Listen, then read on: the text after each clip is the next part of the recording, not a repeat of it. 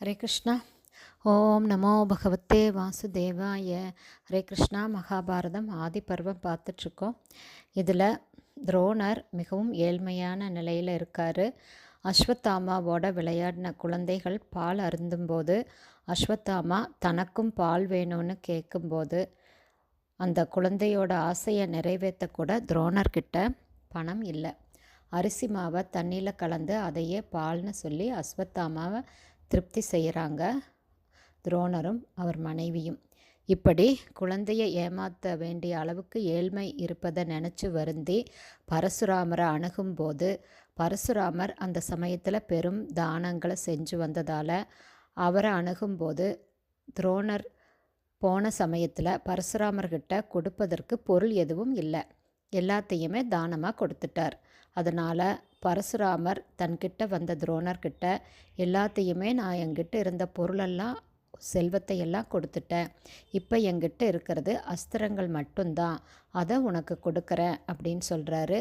அதுக்கப்புறம் துரோணர் விரதம் இருந்து பரசுராமர் தெரிஞ்சுக்கிட்ட அத்தனை அஸ்திரங்களையும் கற்று தேர்ந்து அவர் எல்லா அஸ்திரங்களையும் கற்று தேர்வடைகிறார். அதுக்கப்புறம் தன்னுடைய பழைய நண்பனான துருபத மன்னனை அணுகுனா கண்டிப்பாக நம்மளுடைய வறுமை நீங்கும் அப்படின்னு நினச்ச துரோணர் துருபதனுடைய சபைக்கு போகிறார். தங்களுடைய பால்ய சிநேகிதத்தை நினைவுபடுத்துகிறார் துரோணர்.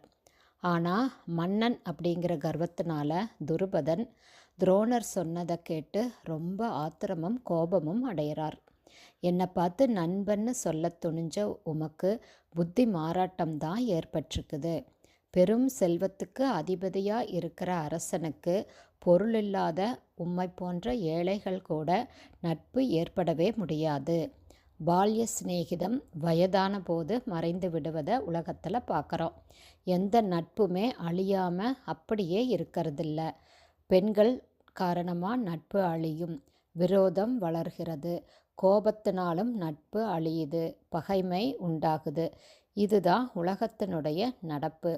ஏழை பணக்காரனோட நண்பனாக முடியாது, அதே மாதிரி முட்டாள் கற்றறிந்தவனோட நண்பனாக முடியாது, கோழை வீரனோட நண்பனாக முடியாது அப்படின்னு நிறையா அவர் அவருடைய மனசு துரோணருடைய மனசு நோகும்படி நிறையா பேசுகிறார். ஹரே கிருஷ்ணா. இதோட தொடர்ச்சியை நாளைக்கு பார்க்கலாம். ஹரி போல். ஜெய் ஸ்ரீல குருதேவ்.